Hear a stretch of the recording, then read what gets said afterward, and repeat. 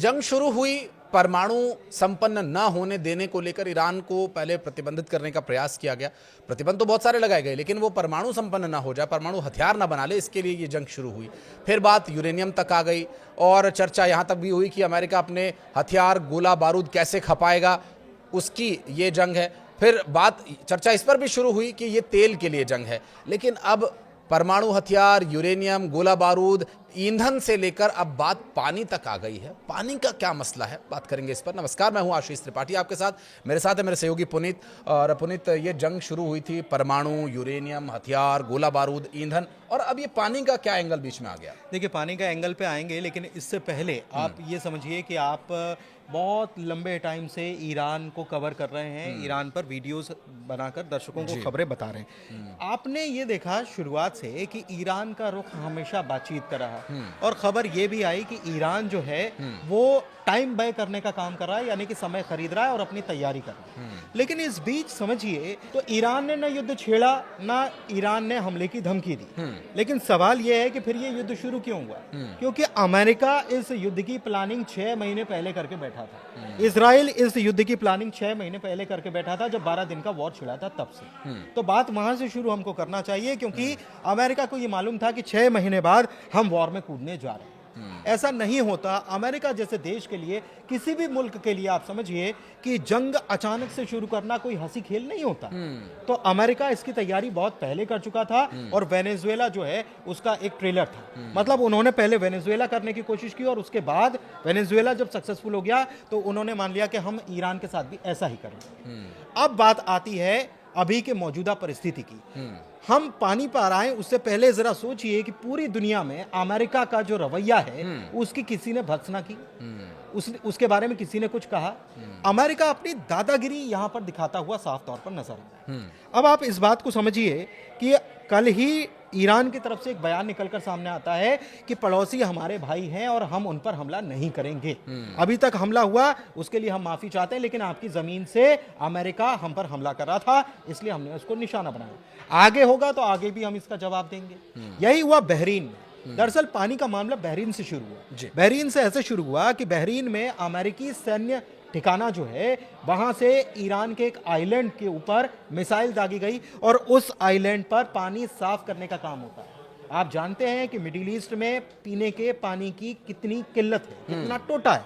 तो वहां पर समंदर के खारे पानी को साफ करके पीने योग्य बनाया जाता है। ईरान में भी यही प्लान था, और इसको टारगेट किया गया, यानी कि पीने के पानी की सप्लाई को तोड़ने का काम किया। ईरान ने इसी का जवाब दिया बहरीन की उस फैसिलिटी पर हमला करके जहां पर पानी की सफाई का काम होता था, प्यूरिफिकेशन होता था जी। तो आप ये समझिए कि अब ये जंग जो है, अमेरिका तो कह चुका है कि हम तेल पर कब्जा कर लेंगे, हम यूरेनियम पर कब्जा कर लेंगे, ग्राउंड फोर्स उतारने की तैयारी।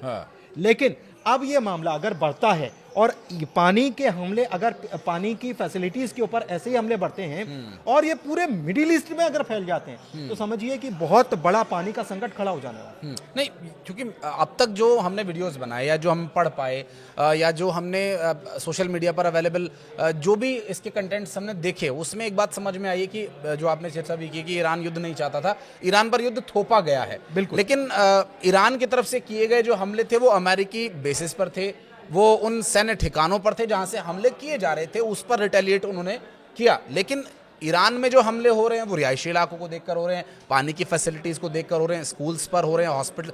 ये दिखाता है कि वो ईरान की जनता को, आम नागरिक को टारगेट कर रहे हैं, जबकि ईरान की तरफ से जो भी हमले या जो भी रिटेलिएशन हो रहा है वो आम नागरिकों को बाधित करने वाला नहीं हो रहा है। तो ये जो युद्ध की ये जो तरीका है ईरान के लिए, ट्रंप कहते हैं कि बिना शर्त सरेंडर, ईरान सरेंडर नहीं करने वाला है, क्योंकि अगर ईरान सरेंडर करने वाला होता तो जेनेवा में और यूएई में जो बैठकें हुई वहीं पर सारी बातचीत हो गई होती। लेकिन यहां जो परिस्थितियां दिख रही हैं कि ईरान पर युद्ध थोपा जरूर गया, लेकिन ईरान फिर भी सेंसेस में रह करके एक फिर भी तरीके से जवाब दे रहा है। लेकिन इजराइल या अमेरिका या उसके जो भी सहयोगी हैं, उनकी तरफ से जो भी हमले हो रहे हैं वो तो पब्लिक को टारगेट करके हो रहे हैं। बिल्कुल। और सबसे बड़ी बात यह है कि ईरान में सबसे पहला जो पहले दिन हमला हुआ था और गर्ल्स स्कूल को जो टारगेट किया गया, और ये कहा जा रहा है कि वो गलती से हो गया।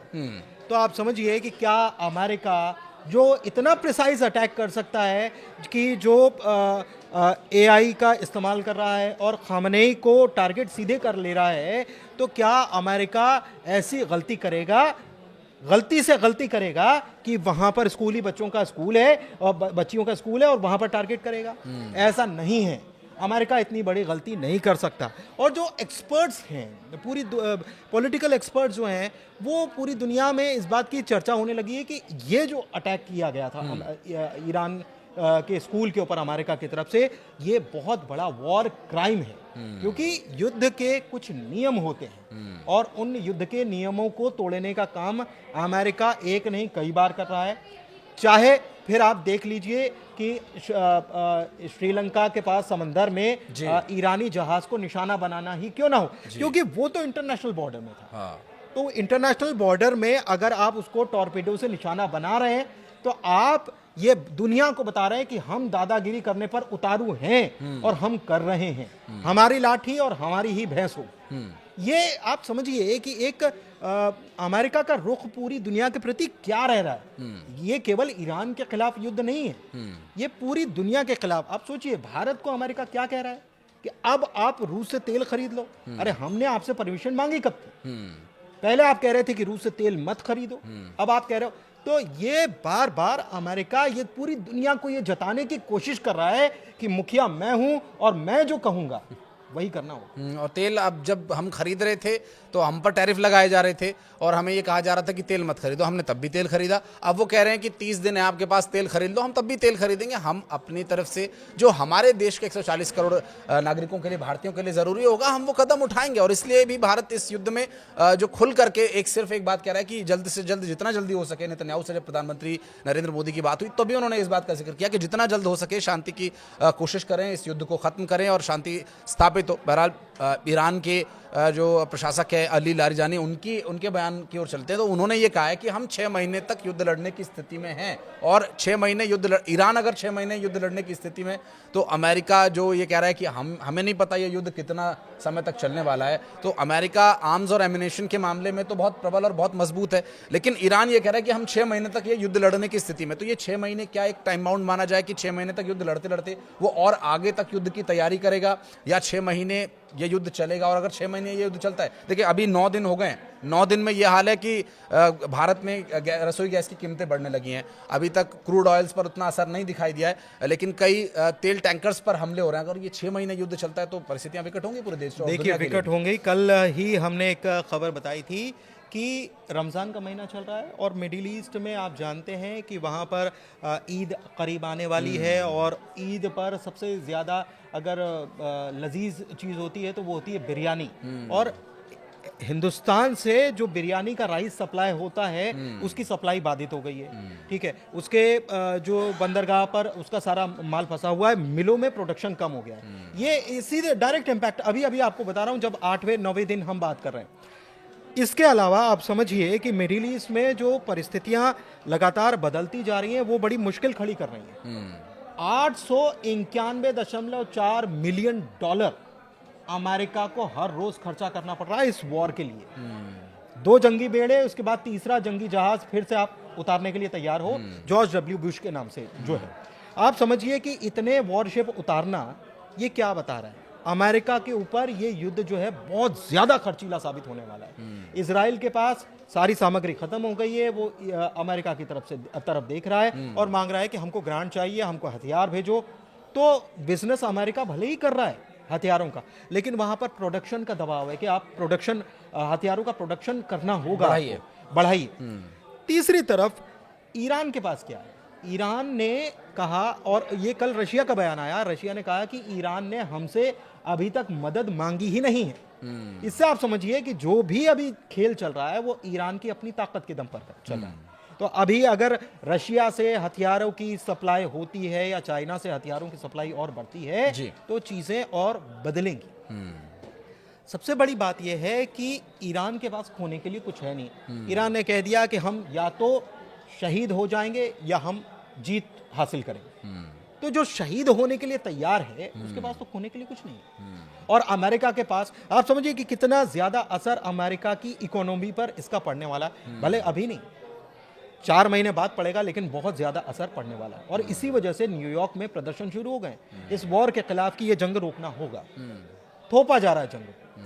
और ऐसा नहीं है कि डोनाल्ड ट्रंप कुछ नया कर रहे हैं। जो बाइडेन को देख लीजिए आप, ओबामा को देख लीजिए आप अफगानिस्तान में, उसके पहले इराक में क्या हुआ वो देख लीजिए आप। तो ये, और सबसे बड़ी बात ये है कि इस जंग को रोक पाना इसलिए भी आसान नहीं है क्योंकि डिसेंट्रलाइज कर दिया गया है।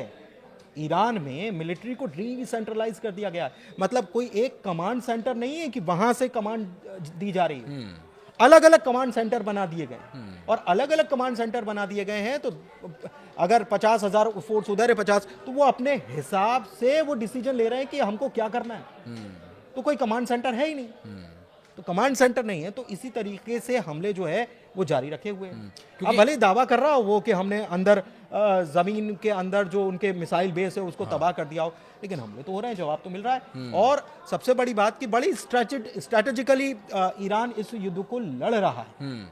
शुरुआत में सैकड़ों मिसाइलें, और इसके पीछे मैं पुनीत आपको रोक रहा हूँ, इसके पीछे एक चर्चा ये भी चल रही थी, कुछ खबरें सोशल मीडिया पर आई थी कि जो रशियन इंटेल है वो इनकी मदद कर रहा है। अभी तक खुल करके ईरान ने कुछ भी ना तो उनके जो प्रॉक्सीज हैं उनसे मदद ली है, हालांकि उन्होंने अपनी तरफ से रिटेलिएट जरूर किया, उन्होंने अपनी तरफ से हमले जरूर किए, लेकिन अभी तक ईरान ने ऐसा कोई ऑफिशियल बयान भी जारी नहीं किया जिसमें हूती या हमास या हिजबुल्लाह की तरफ से उन्होंने कुछ उनसे मदद मांगी हो, या फिर जो रशिया का आपने जिक्र करा। लेकिन खबर यह आई थी कि रशियन इंटेलिजेंस जो है वो ईरान की मदद कर रहा है।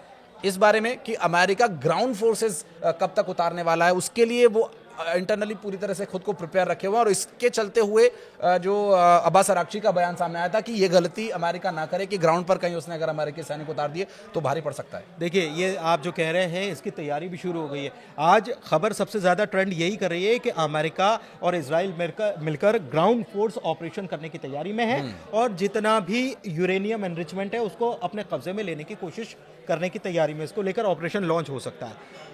यूएस को जो भी सपना उसका है उसके ऊपर पानी फेरने का, जाहिर सी बात है। देखिए, बहुत अच्छा अलाय है, रशिया और ईरान जो हैं बहुत अच्छे दोस्त हैं, और अभी तक मदद नहीं मांगी है। तब भी अगर ये जानकारियां हैं कि रशिया जो है वो इंटेलिजेंस अपना लगाए हुए है और सारी रिपोर्ट्स दे रहा है, तो सोचिए कि रशिया अगर इसमें कूद जाता है या अपनी तरफ से हथियारों की सप्लाई शुरू कर देता है तो आलम क्या होगा, और इस एस्केलेशन का लेवल क्या होगा, मतलब किस लेवल पे पहुंच जाएगा। क्योंकि सीधे रशिया जो है इसमें कूद पड़ेगा। आप देख रहे हैं यूक्रेन और रूस के बीच में, तो यूक्रेन को सप्लाई करने वाला कौन है? अमेरिका है, नेटो देश हैं, तमाम लोग हैं। और अगर यही परिस्थिति यहाँ पर बन जाती है और रूस और दूसरे चाइना और तमाम मुल्क जो हैं वो हम किम जोंग उन को, उत्तर कोरिया को क्यों भूल रहे हैं? तो अभी वहां से कुछ शुरू नहीं हुआ है। और आपने ये भी बताया कि चाहे हमास हो, हूती हो या हिजबुल्लाह तो ठीक है, लेबनान में तो फिर भी चल रहा है कि वहां पर भी अटैक इसराइल लगातार कर रहा है। लेकिन अगर हूती और हमास जो है वो फिर से अगर अपनी ताकत दिखाना शुरू कर देते हैं तब फिर मुश्किल हो जाएगी, क्योंकि अभी मुश्किल शुरू नहीं हुई। क्योंकि ये बात इसलिए भी इम्पोर्टेंट हो जाती है कि अभी हम देख रहे हैं कि एक तरफ इजराइल, जब ये युद्ध शुरू हुआ था तो अमेरिका का ऑफिशियल बयान आया था, हमारे दर्शकों को याद होगा, वो वीडियो भी हमने बनाया था, जिसमें अमेरिका की तरफ से ये कहा गया था, विटकॉफ साहब का बयान आया था कि वो ये कह रहे हैं कि ये युद्ध हमें लड़ना पड़ा, क्योंकि अगर हम इजराइल के साथ युद्ध में नहीं जाते तो ईरान जवाबी कार्रवाई फिर भी अमेरिकी बेसिस पर ही करता, तो इसलिए हमें ये युद्ध लड़ना पड़ा। तो अगर वो युद्ध लड़ना पड़ा, जो गलती का आपने जिक्र किया था कि अमेरिका इतनी बड़ी गलती नहीं कर सकता, क्योंकि वो तैयारी पहले से थी, दुनिया को दिखाना है, कुछ जवाब देना है, तो इसलिए भी शायद वो इस तरह के बयान दे रहे हैं।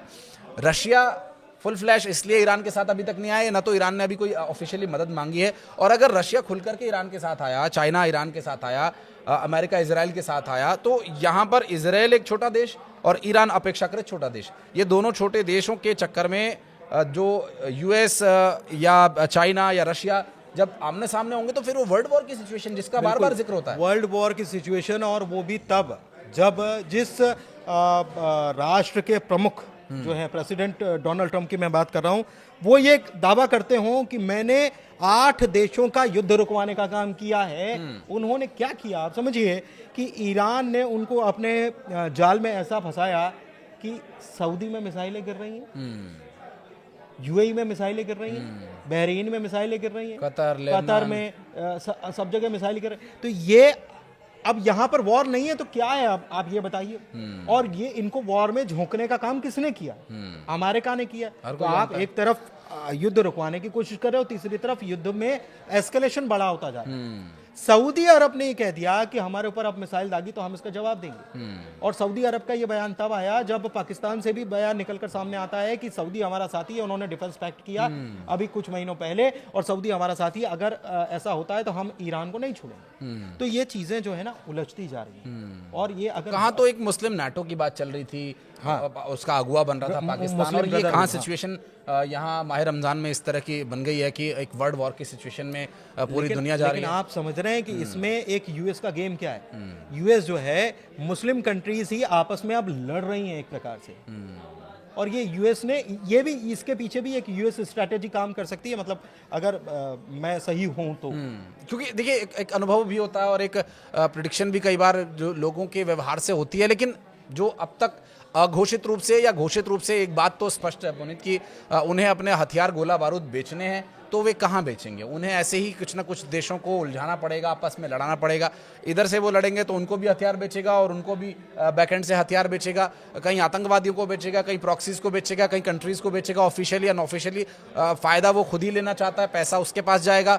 किसी भी देश पर अगर वो कब्जा करते हैं, उनका यूरेनियम हथियाएगा, उनका ईंधन हथियाएगा। तो पावर अमेरिका अपनी खुद की बढ़ा रहा है और पूरी दुनिया को युद्ध में झोंक रहा है। ये बात पूरी दुनिया जानती है, और अब देखना ये होगा कि बड़े देश मिलकर के क्या इस वर्ल्ड वॉर की तरफ बढ़ रही दुनिया को इस युद्ध से बचा पाएंगे, और इसके लिए क्या कुछ कोशिशें हो सकती हैं, इस पर भी हम आगे बातचीत करेंगे। लेकिन इस वीडियो में लेकिन आखिरी बात, हाँ जी, ये ट्रंप कह जरूर रहे हैं कि हम इसको 6 महीने तक खींच लेंगे और एस्केलेशन जो है वो लंबा भी चलेगा तो हम उसके लिए तैयार हैं। लेकिन मैं यहाँ पर प्रिडिक्शन तो नहीं कहूँगा, लेकिन हालात जो नज़र आ रहे हैं, ट्रंप आज भले ही जो बात कह रहे हैं उससे पलटेंगे जरूर। नहीं ये तो घोषित है, उससे पलटेंगे जरूर। और मुझे लगता है कि 10-15 दिन में या 20 दिन में कुछ परिस्थितियां जो हैं फिर वापस बातचीत और इस पर आएगी, और फिर ट्रंप इंतजार करेंगे कि फिर हम कुछ महीने बाद फिर वापस वहां पर कुछ खेल करने की कोशिश करें, ऐसा लगता है। बिल्कुल सब कुछ जो कि हमेशा से ये देखने को मिलता है डोनाल्ड ट्रंप की बातों में, वो सब कुछ कहते हैं लेकिन फिर बात पर वो रहते नहीं हैं, बहुत जल्दी पलट जाते हैं। चाहे वो भारत के साथ बातचीत के संबंध में, टैरिफ लगाने या हटाने के संबंध में हो, या फिर ईरान के साथ बातचीत में भी हमने ये बात देखी जो जिसका मिश्रा जी जिक्र कर रहे थे। बहुत बहुत शुक्रिया पुनीत आपका हमारे साथ जुड़ने के लिए, और दर्शकों का बहुत बहुत धन्यवाद यहाँ तक वीडियो को देखने के लिए। कुछ कहना चाहें तो कमेंट सेक्शन में दरवाजे आपके लिए खुले हुए हैं। बहुत शुक्रिया।